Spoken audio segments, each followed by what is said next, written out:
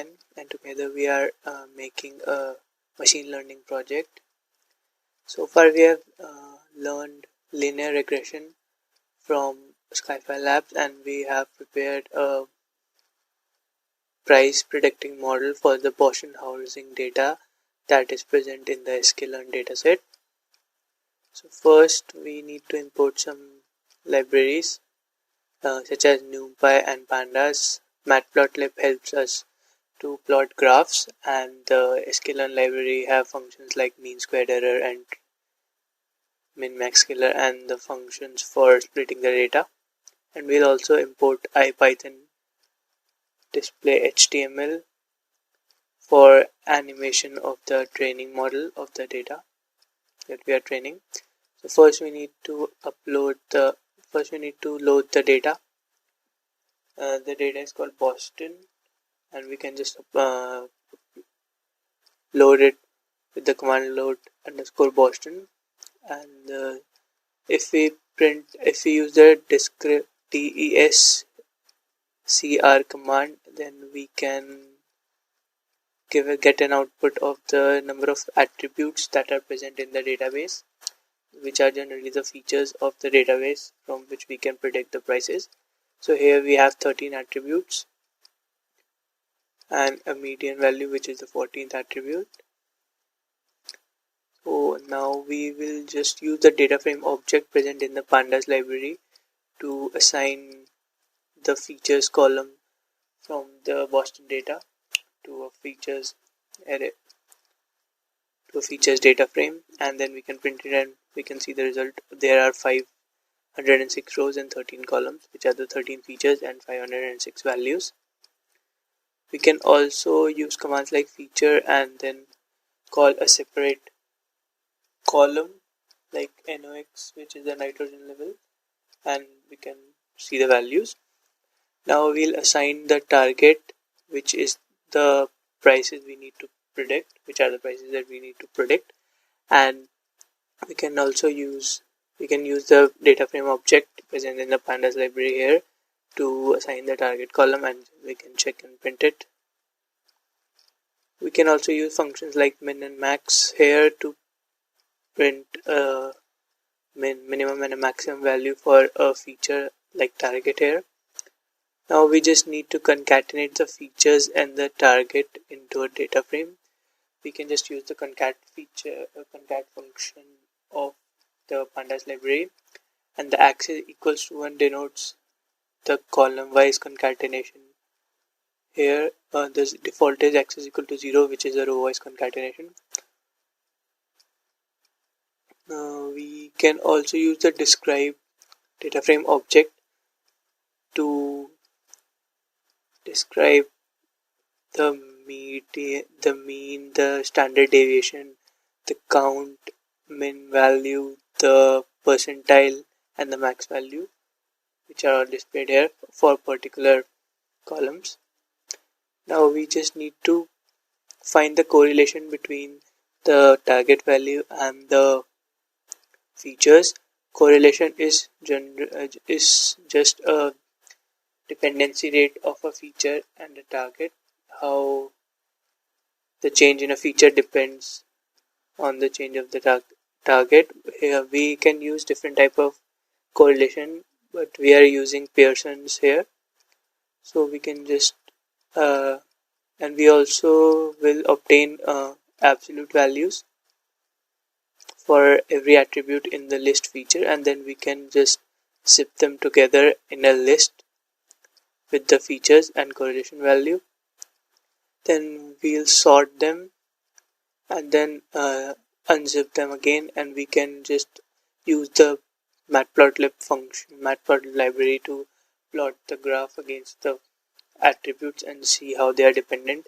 We are taking the absolute value, so we'll get all the positive graphs, but if we remove the absolute function, we can plot the graph in which we have negative values and positive values for the correlation between target and attributes. We can see that lstat is an attribute on which the target value depends inversely, and the RM is the attribute on which the target value depends highly positively. Then we need to normalize the data. We'll use the LSTAT feature because the target value is affected by it the most from all the attributes, and then we'll use the target column for the Y. Then we can normalize the data using the min-max scalar object and create an instance and use the fit transform function. We use the reshape function because the fit transform only allows vertical data, and then we can use slicing to change it back. Then we need to split the data into testing and training data. We'll take 80% of the data as the training data, and we'll take 20% of data as the testing data. Then we need to define some kind of a cost function. Here we are using the mean square error function. We need to define 3 functions for it to run. We will define error to find the mean square error. We'll define update to update the MNC slope for the linear regression equation using the update function, and we'll define the gradient descent function in which we can use the number of iterations to run a loop and check for error every time the M updates. After the error is less than the error threshold, we can break out of the loop and then save all the values in error case and return the final MNC value for the prediction. Here we use the gradient descent function, keeping the learning rate at 0.001, and after running the gradient descent function for training the model on the training data, we can plot the regression curve, which is the training data and the prediction values. We can see that the slope of the curve is negative because the LSTAT feature we use for the training model has a negative impact on the target value. We can also see the errors with the iterations. We can see that the error have gradually decreased over the iterations, and we can also visualize the training phase of the model by using the HTML and the func animation objects.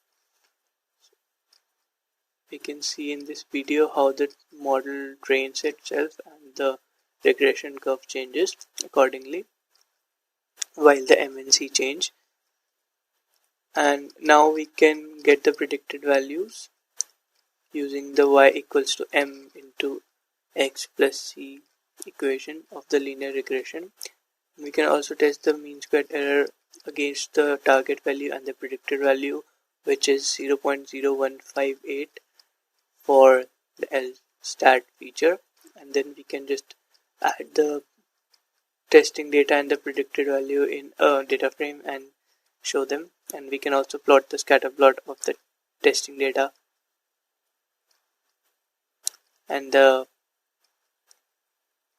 target value and a line for the predicted, and we can see the results. Also, we need to find the predicted data in target values. We have the predicted data in a normalized form, so we need to revert the normalization by scaling it. We can use the inverse transform function for it, and then after scaling we can just put it back in the data frame and just show the values of the target value, which is the y test, and the predicted value. We can also change the feature to RM to test out a feature which affects the target value positively. We can just change there and run all the cells below and see the result. We can see here that the graph for the regression curve after training and the slope here is positive because RM affects target values in a positive way. This is the error graph curve, and we can see that the model now has changed its direction and the slope is positive. The mean squared error here is 0.02, which is approximately 2 times the mean square error for LSTAT. We can also change the training feature to something which affects the target value at a minimum rate, as CHAS is a dummy feature. We'll use this. Then we can change it here and run all cells below to see. After the training of the data has been done using the gradient descent function, we can see the slope and the values are scattered around the map because the target value is affected less by this feature.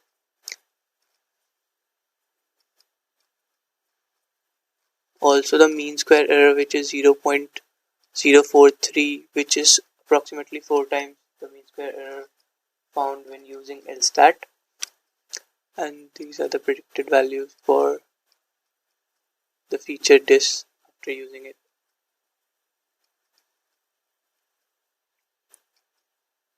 Thank you for watching.